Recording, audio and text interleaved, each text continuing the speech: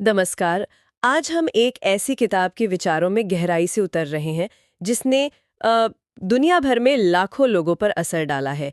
Eckhart टॉले की अभी की शक्ति, मतलब द पावर ऑफ नाउ। हमारे पास इस किताब के जो मुख्य विचार हैं उनका एक सार है। इससे हमें इसकी जो बुनियादी बातें हैं वो समझने में मदद मिलेगी। हाँ, तो हमारा इरादा ये है कि इस किताब से वो सबसे ज़रूरी, वो गहरी बातें निकालें जो हमें दिखाती हैं कि भई सच्ची शांति और खुशी वो कहीं भविष्य में नहीं है, बल्कि यहीं है, इसी पल में। सवाल ये है कि हम अपने मन के इस लगातार चलते शोर से, मतलब अतीत के बोझ और भविष्य की जो चिंता है, उससे आज़ाद कैसे हों? तो चलिए शुरू करते हैं। किताब की शुरुआत ही एक ऐसे विचार से होती है जो थोड़ा चौंका सकता है कि आप वो नहीं हैं जो आप सोचते हैं। यानी आपके विचार आपकी असली पहचान नहीं है। सुनने में अजीब है शायद, पर यहीं से एक गहरी समझ की शुरुआत होती है। और ये पहला बड़ा विचार है कि हम इंसान मतलब लगातार सोचने के आदी हो गए हैं। एक तरह की मजबूरी सी बन गई है। हमारी ज़्यादातर चिंता, तनाव, दुख। उसका कारण यही है कि हम अपने विचारों से कुछ ज्यादा ही घुल मिल गए हैं। हम अपने सिर में जो आवाज चलती रहती है ना, उसी को मैं समझ लेते हैं। हाँ, और यहीं पर साक्षी या देखने वाले, जिसे वॉचर कहते हैं, उसका सिद्धांत आता है। और ये बहुत शक्तिशाली है। ये सिर्फ कोई टेक्निक नहीं है, बल्कि एक बुनियादी बदलाव है। ये वो अंदरूनी शांत चेतना है जो हमारे विचारों और भावनाओं को बिना उनमें उलझे, बिना उन पर फौरन रिएक्ट किए, बस देख सकती है। सबसे बड़ा जो मानसिक बदलाव है ना, वो विचारों को बदलना नहीं है, बल्कि ये महसूस करना है कि आप अपने विचार हैं ही नहीं, आप उनके पीछे की चेतना हैं। बस ये एहसास, यही आज़ादी की शुरुआत है। जब ये समझ आने लगती है ना, तो मन की पकड़ ढीली पड़ने लगती है। सुनने में तो ये बहुत गहरा लग रहा है, लेकिन रोज की जिंदगी में जो भाग दौड़ है उसमें इसे अमल में लाना, क्या ये वाकई मुमकिन है? मतलब विचारों को बस देखना बिना उलझे, ये तो मुश्किल लगता होगा ना। मुश्किल ज़रूर लग सकता है शुरू में, क्योंकि हमारी आदतें जो हैं वो बहुत गहरी हैं। पर किताब कहती है कि अभ्यास से ये संभव है। शुरुआत छोटे कदमों से हो सकती है, जैसे दिन में बस कुछ पल निकालकर सचेत रूप से अपनी सांस पर ध्यान देना, या बस बैठकर अपने विचारों को आते जाते देखना, जैसे आसमान में बादल नहीं होते वैसे ही। जब कोई नेगेटिव विचार आए तो उसे पकड़ने या उससे लड़ने की बजाय बस उसे पहचाने। हाँ, ये एक विचार है। ये खुद को याद दिलाना कि विचार सिर्फ विचार हैं, वो सच्चाई नहीं है। ये अपने आप में एक बड़ी राहत दे सकता है। अच्छा, ये तो हुई विचारों की बात। लेकिन असली चैलेंज तो तब आता है जब भावनाएं हावी हो जाती हैं। गुस्सा, दुख, डर, इन तीव्र भावनाओं का क्या? किताब इसके बारे में क्या कहती है? बिल्कुल, किताब इसके लिए पेन बॉडी शब्द का इस्तेमाल करती है।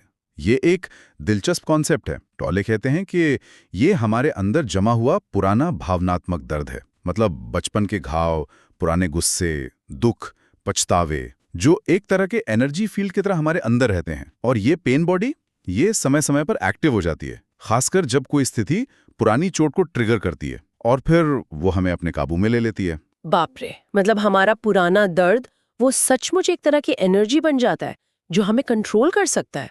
ये ये तो सुनने में थोड़ा डरावना है। हाँ, ये विचार थोड़ा परेशान कर सकता है, पर इसमें एक उम्मीद भी छिपी है। पेन बॉडी जो है वो नेगेटिविटी से ही पोषित होती है। जब हम अनजाने में इससे अपनी पहचान जोड़ लेते हैं, जैसे ये सोचना मैं दुखी हूं, बजाय इसके कि मेरे अंदर दुख की भावना है, या फिर इससे भागने की कोशिश करते हैं, जैसे ध्यान भटकाकर या नशे से या खुद को बस बिजी रखकर, तो ये और मजबूत होती है। टोले कहते हैं कि समाधान भागना नहीं है, समाधान है जागरूकता, अवेयरनेस। जब आप उस भावनात्मक दर्द को पूरी सजगता से, बिना किसी विरोध के महसूस करते हैं, तो आप उसे एनर्जी देना बंद कर देते हैं।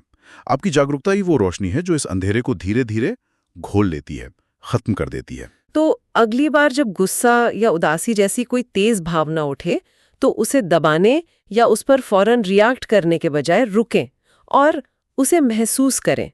ये कहना कि यह मेरी पेन बॉडी है, मैं इसे महसूस कर रही हूं, पर मैं ये नहीं हूं। और ये जो स्वीकृति वाली बात है कि अभी यही हो रहा है, ये विरोध को कम करती है। बिल्कुल, स्वीकृति पहला कदम है। विरोध ही तो दर्द को बढ़ाता है। जब आप भावना को बिना जज किए महसूस करने की अनुमति देते हैं, तो आप उसकी पकड़ से बाहर आने लगते हैं। मन और भावनाओं से हटकर किताब एक और बुनियादी चीज पर जोर देती है जो हमारी जिंदगी को कंट्रोल करती है। वो है समय। किताब कहती है कि अतीत और भविष्य जिनमें हम ज्यादातर जीते हैं वो असल में है ही नहीं, केवल वर्तमान क्षण अभी ही वास्तविक है। ये कैसे हो सकता है? हाँ, ये एक और क्रांतिकारी विचार है। टॉली दो तरह के समय में फर्क करते हैं। एक है क्लॉक टाइम यानी घड़ी का समय, और दूसरा है साइकोलॉजिकल टाइम यानी मनोवैज्ञानिक समय।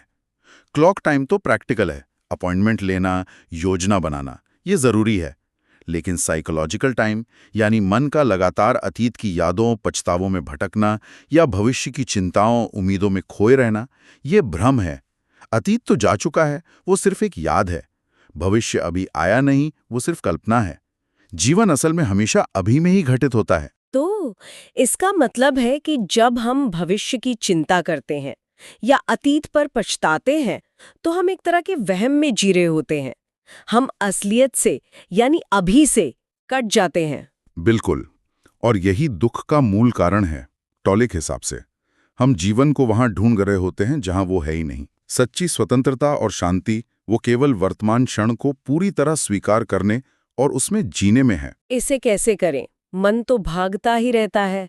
किताब क्या सुझाव देती है इसके लिए? सबसे सरल और शक्तिशाली तरीका है अपनी सांस पर ध्यान लाना। सांस हमेशा वर्तमान में होती है ना?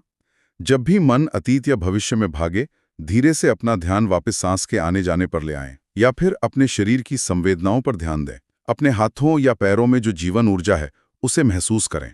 ये अभ्यास हमें मनोवैज्ञानिक समय के जाल से निकालकर अभी की वास्तविकता में एंकर करते हैं, स्थिर करते हैं। और यहाँ एक और दिलचस्प कनेक्शन सामने आ रहा है। ऐसा लगता है ये मनोवैज्ञानिक समय और हमारा अहंकार या ईगो ये आपस में जुड़े हुए हैं। किताब कहती है कि अहंकार अभी से बचता है। हाँ, ये बहुत महत्वपूर्ण बिंदु है। अहंकार यानी हमारी वो झूठी मन निर्मित पहचान, वो समय पर ही जीती है। वो हमेशा अतीत से अपनी पहचान बनाती है। मेरे साथ ऐसा हुआ था, मैं ऐसा था, या फिर भविष्य में पूर्णता खोजती है। जब मुझे प्रमोशन मिलेगा, जब मैं वजन कम कर लूंगा, जब मुझे पार्टनर मिल जाएगा, तब मैं खुश होऊंगा। अहंकार को हमेशा एक कमी महसूस होती है और उसे लगता है कि ये कमी भविष्य में पूरी होगी। ये तो बिल्कुल सच है। हम हमेशा सोचते हैं कि खुशी बस अगले मोड़ पर है, लेकिन वो मोड़ कभी आता ही नहीं लगता। एक चीज मिलती है तो मन दूसरी चीज के पीछे भागने लगता है। ये तो कभी ना खत्म होने वाला पीछा है। यही अहंकार का जाल है। टॉले कहते हैं कि खुशी को टालने की इस कहानी को पहचानना और छोड़ना जरूरी है। जीवन भविष्य में शुरू नहीं होगा, वो यहीं अभी हो रहा है। वर्तमान क्षण से बचना असल में जीवन से ही बचना है। पूर्णता बाहर से नहीं आएगी, वो भीतर से अभी में जागरूक होकर ही मिल सकती हैं। तो इसका मतलब है खुशी को टालना बंद करना होगा। यहीं इसी पल में सराहना करने लायक कुछ ढूंढना होगा, चाहे वो कितना भी छोटा क्यों ना हो। जैसे अपनी चाय का स्वाद या किसी की मुस्कान, या जब ट्रैफिक में फंसे हो तो झुंझलाने के बजाय अपनी सांसों को महसूस करना। बिल्कुल। हर पल को, चाहे वो सुखद हो या चुनौतीपूर्ण, उसे पूरी तरह से जीने का अवसर बनाना। प्रतीक्षा के क्षणों को भी उपस्थिति का अभ्यास करने का मौका समझना। जैसा कि कहा जाता है ना, सफर ही मंजिल है। हर पल अपने आप में पूर्ण है अगर हम उसे देखें तो। ठीक है, हमने मन, भावनाएं, समय और अहंकार की बात की। अब सवाल यह है कि इन सबसे ऊपर उठकर उस शांति और स्थिरता की अवस्था को कैसे पाया जाए जिसका जिक्र किताब करती है। वो उपस्थिति यानी प्रेजेंस क्या है? उपस्थिति वो अवस्था है जहां आप अपने विचारों और भावनाओं से पहचाने नहीं जाते, बल्कि उनके साक्षी बन जाते हैं। ये मन के शोर से परे एक गहरी आंतरिक शांति और स्थिरता की स्थिति है। इसमें एक स्पष्टता और जीवंतता का अनुभव होता है। और सबसे अच्छी बात यह है कि इसे भविष्य में हासिल नहीं करना है। ये हमेशा यहीं अभी उपलब्ध है। हमें बस अपना ध्यान सही जगह लगाना है। और इसे पाने का एक तरीका है अपने आंतरिक शरीर यानी इनर बॉडी पर ध्यान देना। ये क्या है? ये थोड़ा रहस्यमय सा लगता है। हाँ, शब्द शायद थोड़ा अलग लगे। इसे ऐसे समझें, मन की लगातार चलती हुई कमेंट्री से ध्यान हटाकर अपने शरीर के अंदरूनी हिस्से में मौजूद सूक्ष्म ऊर्जा या जीवंतता को महसूस करने का प्रयास करना। ये ऐसा है जैसे किसी शांत कमरे में बिजली के हल्के भिनभिनाहट पर ध्यान देना, लेकिन अपने शरीर के अंदर। जिंदा होने का एक सूक्ष्म एहसास। ये बहुत शक्तिशाली एंकर है जो हमें तुरंत वर्तमान क्षण में ले आता है, क्योंकि हमारा शरीर वो हमेशा अभी में ही होता है। इसे कैसे आजमा सकते हैं हम? आप अभी भी कोशिश कर सकते हैं। शांति से बैठें, आंखें चाहें तो बंद कर लें, अपने हाथों पर ध्यान केंद्रित करें।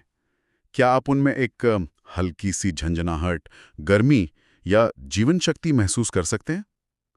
बिना कोई लेबल दिए बस महसूस करें। फिर धीरे धीरे इस जागरूकता को अपने पैरों, पेट, छाती, पूरे शरीर में फैलने दें। जब भी मन बहुत ज्यादा भटके या तनाव महसूस हो, इस आंतरिक शरीर की जागरूकता पर वापस लौटाएं। ये हमें स्थिर करता है। वाह, ये तो एक ठोस तकनीक लग रही है। और ये उपस्थिति की अवस्था हमारे रिश्तों को कैसे प्रभावित करती है? रिश्ते तो अक्सर बहुत जटिल और भावनात्मक रूप से चार्ज्ड होते हैं। बिल्कुल। टॉले कहते हैं कि ज्यादातर रिश्ते अहंकार आधारित होते हैं। हम दूसरे से उम्मीद करते हैं कि वो हमें पूरा करेंगे, हमारी ज़रूरतें पूरी करेंगे, हमें खुश रखेंगे। और जब ऐसा नहीं होता, और ये कभी स्थायी रूप से नहीं हो सकता, तो दर्द, दोषारोपण, निराशा और ड्रामा पैदा होता है। हाँ, ये तो बहुत आम है। तो फिर जागरूक रिश्ता कैसा होता है? जागरूक या प्रबुद्ध रिश्ता तब बनता है जब दो लोग अपेक्षाओं और ज़रूरतों के बजाय उपस्थिति की अवस्था से जुड़ते हैं। वे एक दूसरे से कुछ मांगने के बजाय अपने भीतर की शांति और प्रेम को साझा करते हैं। वे समझते हैं कि सच्ची खुशी और शांति बाहरी परिस्थितियों या दूसरे व्यक्ति पर निर्भर नहीं करती, वो उनके भीतर मौजूद है। वो जो है उसे स्वीकार करते हैं, चाहे वो साथी का व्यवहार हो या रिश्ते की चुनौतियां। इसे रिश्तों में उतारने के लिए क्या कर सकते हैं? शायद सचेत रूप से सुनना, बिना बीच में टोके, बिना अपना जवाब सोचे, बस सामने वाले को अपना पूरा ध्यान देना। ये एक बेहतरीन शुरुआत है। और जब मतभेद या झगड़ा हो तो तुरंत प्रतिक्रिया करने के बजाय एक पल रुकें, एक गहरी सांस लें और फिर उपस्थिति की शांत अवस्था से बोलें। खुद को याद दिलाएं कि आपकी खुशी या पूर्णता किसी और पर निर्भर नहीं है। और जब जीवन में चीजें आपकी योजना के अनुसार ना हो, तो लड़ने या शिकायत करने के बजाय स्थिति को स्वीकार करना सीखें। ठीक है, अभी ये है। और ये स्वीकृति, ये हमें किताब के अंतिम महत्वपूर्ण विचार पर लाती है, समर्पण यानी सरेंडर। ये शब्द सुनकर अक्सर लगता है कि इसका मतलब हार मान लेना या कमजोर पड़ जाना है। हाँ, ये एक आम गलतफहमी है। टॉले के अनुसार समर्पण का मतलब निष्क्रियता या हार मानना नहीं है। इसका मतलब है वर्तमान क्षण को, चाहे वो जैसा भी हो, बिना किसी आंतरिक प्रतिरोध के पूरी तरह से स्वीकार करना। जो है उससे लगना बंद करना, क्योंकि प्रतिरोध ही दुख पैदा करता है। जब हम वास्तविकता से लड़ते हैं, ऐसा नहीं होना चाहिए था, ये गलत है, तब हम पीड़ित होते हैं। तो ये कमजोरी नहीं बल्कि ताकत है, वास्तविकता से लड़ना बंद करने की ताकत। बिल्कुल, ये जीवन के प्रवाह के साथ तालमेल बिठाना है, लहरों के खिलाफ तैरने की कोशिश करने के बजाय उनके साथ बहना।